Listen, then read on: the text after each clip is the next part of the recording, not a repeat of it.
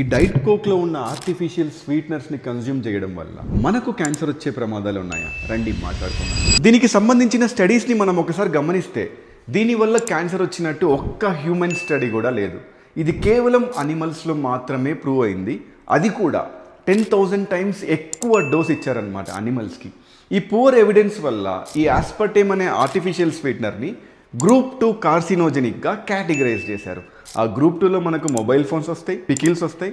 So అవన్నీ ఎంత సేఫో ఈ ఆర్టిఫిషియల్ స్వీట్నర్ కూడా అంతే సేఫ్ అనమాట. WHO వాళ్ళు అన్నిటికీ లిమిట్స్ ని సెట్ చేశారు. అలానే ఈ డైట్ కోక్ లో ఉన్న ఆర్టిఫిషియల్ స్వీట్నర్ కి కూడా సెట్ చేశారు. 50 mg per kg of body weight per day అన్నది సేఫ్ లిమిట్ అనమాట. ఒక డైట్ కోక్ క్యాన్ లో 180 mg మాత్రమే ఉంటుంది.